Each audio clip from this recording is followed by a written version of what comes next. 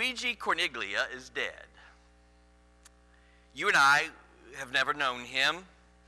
He has been dead for a number of years. He was one of those unknown Americans who lived in a northeastern metropolitan area, and his abode was a dilapidated old building where an absentee landlord had no interest in him except to receive the monthly check to that post office box number. He died in a tiny, unkept, two-room apartment, and it was 4 days before they found Luigi.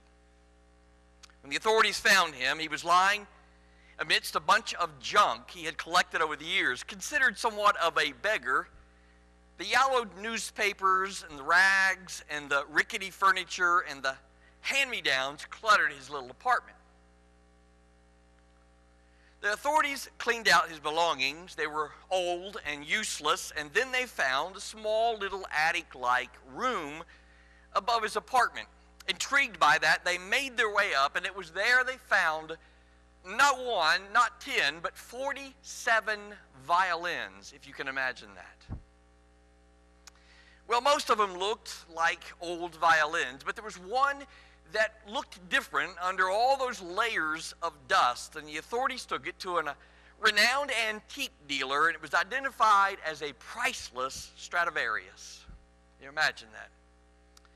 Stradivarius, known to the world over because of its unique and beautiful sound, made by Antonio Stradivarius out of Cremona, Italy.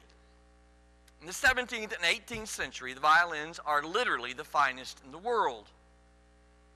It's not difficult to find the moral of that story, is it?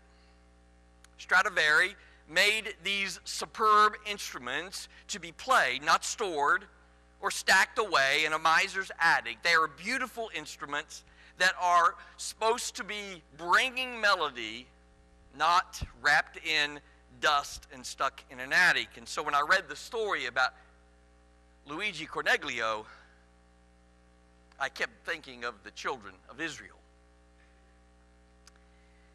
I kept thinking of a people who, for thousands of years, had been making their way to a new place, and the Hebrews are saving up and storing and preserving and keeping and hoarding the manna that they found in the desert. We're going to get to that in a moment. I guess my point is that Luigi Corneglio is dead, but his spirit lives very much in our lives, doesn't it? You see, the children of Israel have long since gone to be with their forefathers, but the spirit of their lives still lives among us, as is demonstrated by the passage we find in Exodus today.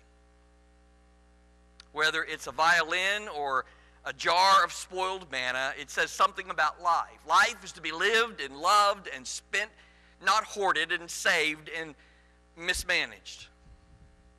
Someone said it this way: there is no more heavy burden than a great potential. And it does. It does not matter whether the potential lies in the unplayed, dusty old violin or a jar of manna to be eaten or be saved for tomorrow, or a personal talent or a $10 bill or a good voice or a keen mind, whatever it might be. If you're holding back from what God intends for you, then you're hoarding. My son came home for Christmas. Our son came home. I always say that like I had this child on my own. We didn't do that. Nicholas is home, and whenever he's home, I have my list of computer questions. He's the nerd in our family, and so he's sitting there going through, and I can tell he's wearing thin. He's looking at this infantile adult who's trying to be computer savvy, and he is just shaking his head. And he finally looks at me and he says, "Dad, you are a hoarder." I said, "No, I'm not." He says, "Look at your computer. You're hoarding stuffs all over the screen." Well, I didn't know that was a personal law or anything. But evidently I'm a hoarder because I've got stuff. And he wants things in categories and folders, not just kind of slinging out there somewhere. In other words, he's saying you're wasting some things here. You're not focusing some things. One of the most astounding displays of ingratitude in the biblical record is the one that we're going to read in just a moment. Just 1.5 months after they had been freed from captivity in Egypt, Israel is beginning to complain to their leaders about traveling conditions, insisting that Moses and Aaron are trying to kill them in the desert by starving them to death. If you got your folder, want to follow along, I think I'm going to read most of it, but sections I want to highlight. It's Exodus 16, starting with verse 1. On the 15th day of the second month, after they had left Egypt, the whole company of Israel moved from Elim to the wilderness of Sin, which is between Elim and Sinai. The whole company of Israel complained about Moses and Aaron here in the wilderness. The Israelites said, "Why didn't God let us die in the comfort of Egypt, where we had lamb stew and all the bread we could eat? You brought us out of the wilderness to starve to death," the whole company of Israel. And God says to Moses, "I'm going to rain bread down from the skies for you. The people will go out and they will gather each day's rations. I'm going to test them to see if they'll live according to the teachings or not. And on the 6th day, when they prepare what they have gathered, it will turn out to be twice as much as their daily ration." Moses and Aaron told the people of Israel, "This evening you will know that it is God who brought you out of Egypt, and in the morning you will see the glory of God. Yes, he listened to your complaints against him." You've been complaining against him, you know. You've been complaining against us, but really it's against God. Moses said, "Since it will be God who gives you meat for your meal in the evening and your fill of bread in the morning, it's God who's listened to your complaints against him. Who are we in all this? You haven't been complaining to us, you've been complaining to God." And Moses instructed Aaron, "Tell the whole company of Israel, come near to God, he's heard your complaints." Now, I don't think that's an invitation to a fun time. So when Aaron gave out the instructions to the whole company of Israel, they turned to face the wilderness, and there it was, the glory of the God visible in the cloud. Cloud's a very important image in the book of Exodus. God spoke to Moses, "And I've listened to the complaints of the Israelites. Now tell them, at dusk you will eat meat, and at dawn you'll eat your fill of bread, and you'll realize that I am God, your God." The evening quail flew in and covered the camp. In the morning there was a layer of dew all over the camp. When the layer of dew had lifted, there on the wilderness ground there was a fine flaky something, fine as frost on the ground. The Israelites took one look and said to each other, "Manna, what is it?" They had no idea what it was. So Moses told them, "It's the bread God has given to you to eat, and these are God's instructions. Gather enough for each person, and about 2 quarts per person. Gather enough for everyone in your tent." The children of Israel are hungry and they're anxious for their sojourn in the desert. We are always being able to appreciate that. They had plenty to eat in Egypt, but now Moses and Aaron had brought them to this place and they didn't have enough to eat, at least in their minds. They're on to a new venture, and man has long been noted that he does not like new things. I think we've been introducing ourselves to that there is a natural resistance to new things, and we certainly have experienced some of that. The first thing that happens when something in the newness doesn't jive with us, we will say, "Take us back to whatever we had before, because surely it's better than this." But Moses stood firm, and he told the people that they have food. I've always been intrigued by the scholars' explanations of these miracles. Really, let me tell you as honestly as I can tell you, I don't care if there's an explanation scientifically or if there isn't to what God did here. Doesn't matter to me. God uses folks all the time to heal, and he sometimes heals without anybody. But there are explanations to this.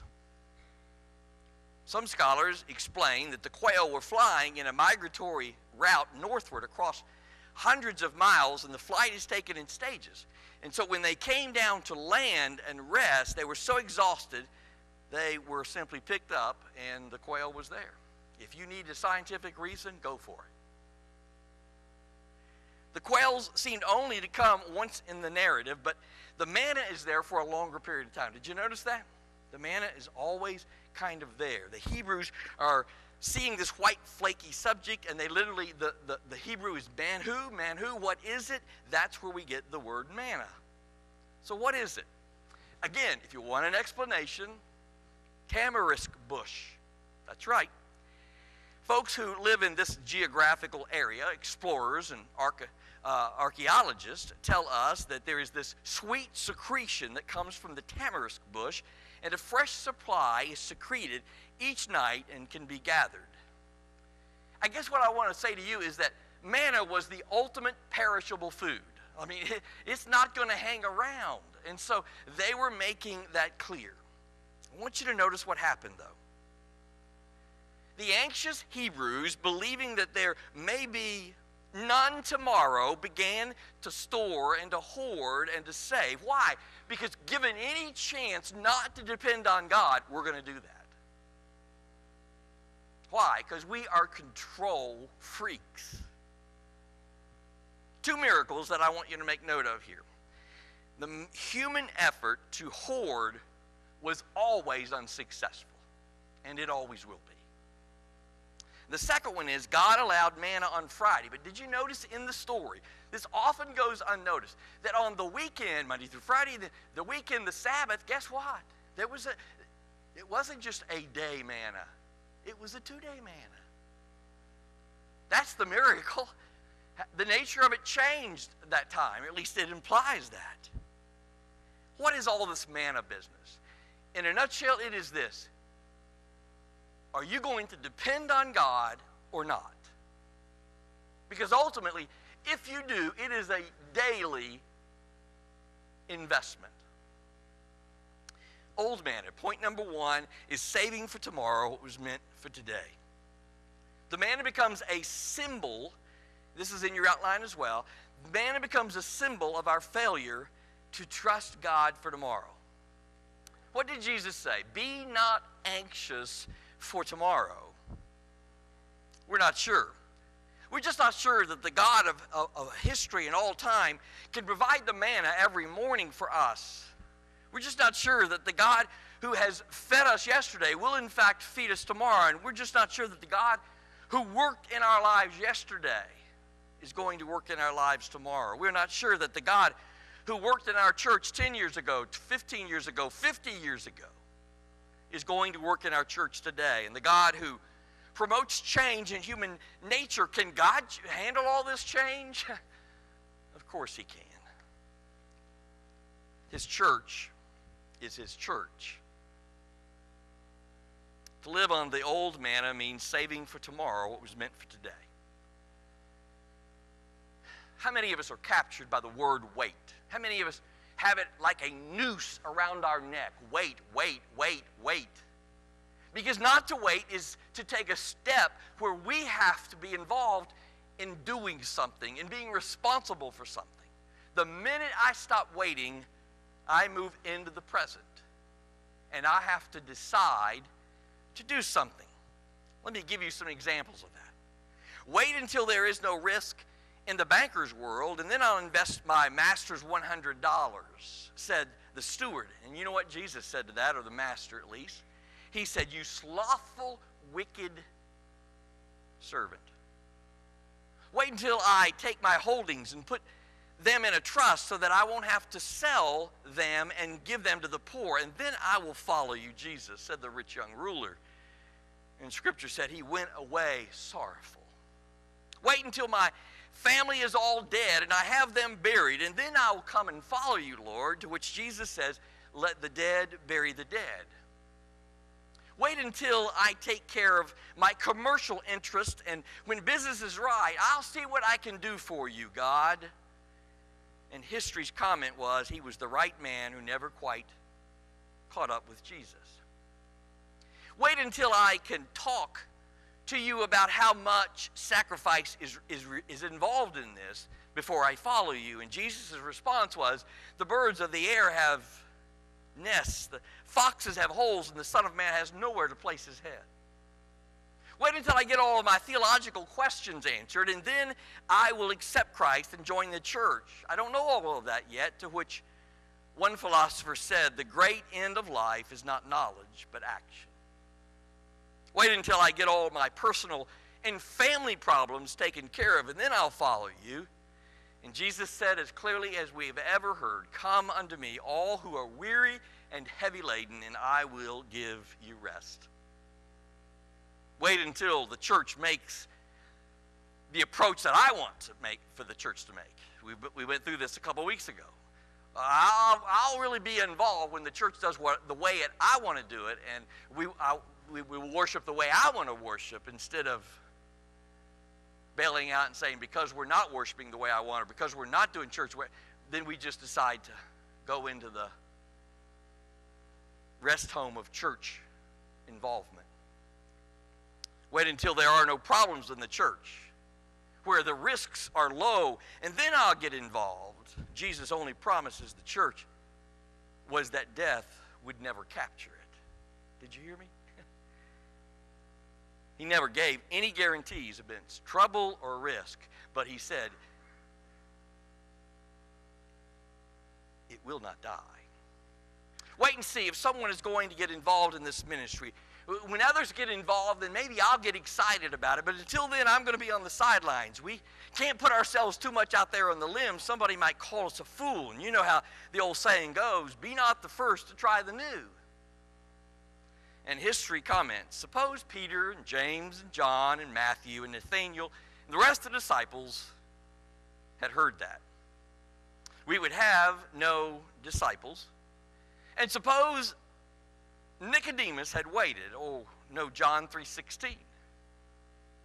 Or suppose Paul had waited, no ministry to those crazy Gentiles. Or suppose William Carey, father of the missionary movement, had said no Protestant ministry abroad. Waiting saves today's manna, and it hopes that it will be used tomorrow, because there is a better day. And the tragedy is, waiting and hoarding and saving will end up allowing our lives to be rotten. So what about this new manna? Point 2. The new manna is seeing the divine in the daily. And the way I like to put it is in your bulletin as well. Now, manna, the new manna, is the vision to find in the ordinary the presence of the sacred. Now, how often does that happen to you? Yesterday, I did my 7th funeral in about 2 months. The lady was 96 years old. She was a twin. It was an interesting life, as I observed, but little did I know when I go to do the funeral that I would be met with somebody in the funeral home who just sounded like they were about ready to go shoot themselves because they were so depressed. Now, I had things to do and people to see. I'm leading this thing. I mean, get out of my way. I need to be preacher here. But in that moment, I said, wait a minute, everything's shut down. I'm thinking, I need to talk to this person. In that moment, I saw the holy in the humdrum. What I thought was the humdrum. One of the more powerful novels about this whole issue of living up to our potential is found in the book, The Power and the Glory. It's a book by Graham Greene, and the hero, or you would call it probably the non-hero, is a seedy alcoholic Catholic priest who, after months, is now a fugitive and is finally caught by the revolutionary Mexican government and condemned to be shot. And on that evening, before his execution, he sits in his cell, and in there, sharing his flask of brandy, he has a very poignant response. And I have part of that quote in your folder today. I'll begin reading from the beginning, and then it'll be picked up in your folder there. He said, tears poured down his face. Greene writes, he was not at that moment afraid of damnation. Even the fear of pain was in the background. He only felt an immense disappointment because he had to go to God empty-handed with nothing done at all. It seemed to him at that moment that it would have been quite easy to have been a saint. It would have been only needed a little restraint, a little more courage. He felt like someone who had missed happiness by seconds at an appointed place. He knew now at the end that there was only one thing that counted: to be a saint.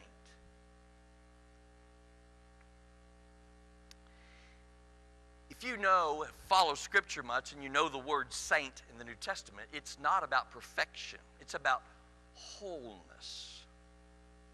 A saint is a person who has been separated enough from life to be close to God and experience a sense of wholeness. W-H-O-L-E. Wholeness, completeness. It never says in there that it would be that we would experience perfection, but it does say in there we would experience a wholeness. And a wholeness to you individually, a wholeness to our church will mean risking, investing. It will cost us time. It will cost us money. It will cost us the best that we have. Not because we do it out of, oh, I guess I have to. We do it because the cloud of God's Spirit has descended on us in such a way is that we say, I want to. I want to. I really, really want to.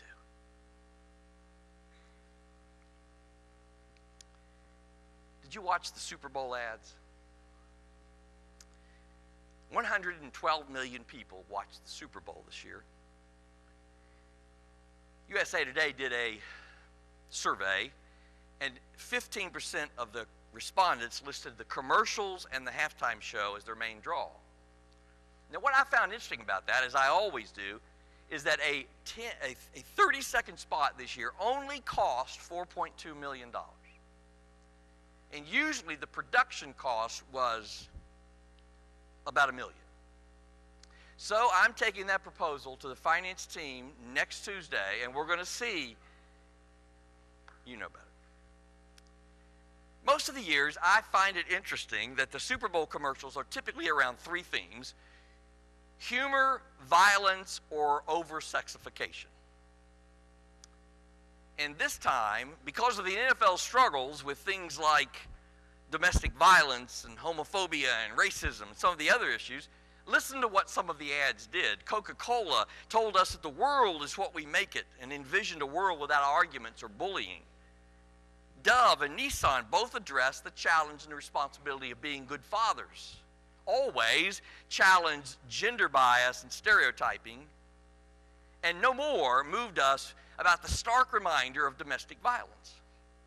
But the companies must have done extensive research and testing, because the consumers, what they want and what they value was obvious. This is at the core of what people want. People want happiness and family and love and relationship and community, and to me, I think that sounds like church.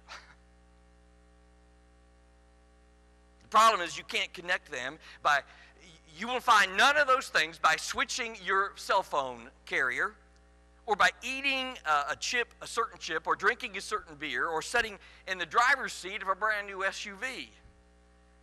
The commercial tells us that we will, in fact, gain those things somehow by providing that we choose their product. As I looked at that list of scenarios there, I kept thinking, the church is the answer to all those issues. It really is. And I, for one, recognize that the church is, in many people's minds, is just, it's been passed by. Certainly in America, we're sensing that. And I'm here to tell you that we haven't. That God is, in fact, alive and is working, and we expect, as we invest as we not hold on to our potential, as we release our potential, God, in fact, is going to do something incredible. So what is it going to take? We've got to gain God's perspective and believe in God's reliability. Okay? Those two things. That's your homework for the week. Gain in God's perspective. What is it that God wants me to do? So many of you responded so positively to this insert. Some of you who I think you would pass out if you went to a contemporary service. You marked on there, I would be willing to do either one. And I wonder if it was a moment of conviction where you marked it because your hands were nervous, or you just marked it because you're willing to say, hey, I want to be a part of my church, and I want to be a part of the solution. I want to be a part of reaching as many as possible. And that's what I think happened. I only had to change 2 or 3 of yours to make it fit exactly how I wanted it. I didn't. And so I'm going to encourage you to finish that thing if you've not finished it. Because I'm really encouraged, really encouraged. The verse that's haunted me all week, taste the Lord, taste and see that the Lord is good. Psalm 34:8. You see, most folks have never had a taste. Never had a taste. The incredible stirring and power of God. Our responsibility is to do that and then to invite them to the table. If you're here and you don't know Christ, this is the right place. Because today, we want to invite you to the table. Maybe you're here and you want to rededicate your life. You've been a believer, but you're not where you need to be. So today, you're going to decide that it's going to be different. That your potential that's sitting on the shelf, you are in fact a spiritual hoarder. And you're going to change that by recommitting your life. Maybe you're here and you've been coming for a while and it's time to say, hey, we're going to hook our lives to that wagon called Latonia Baptist Church. We want to be a part of that church. You do it by gaining God's perspective and believing in God's reliability.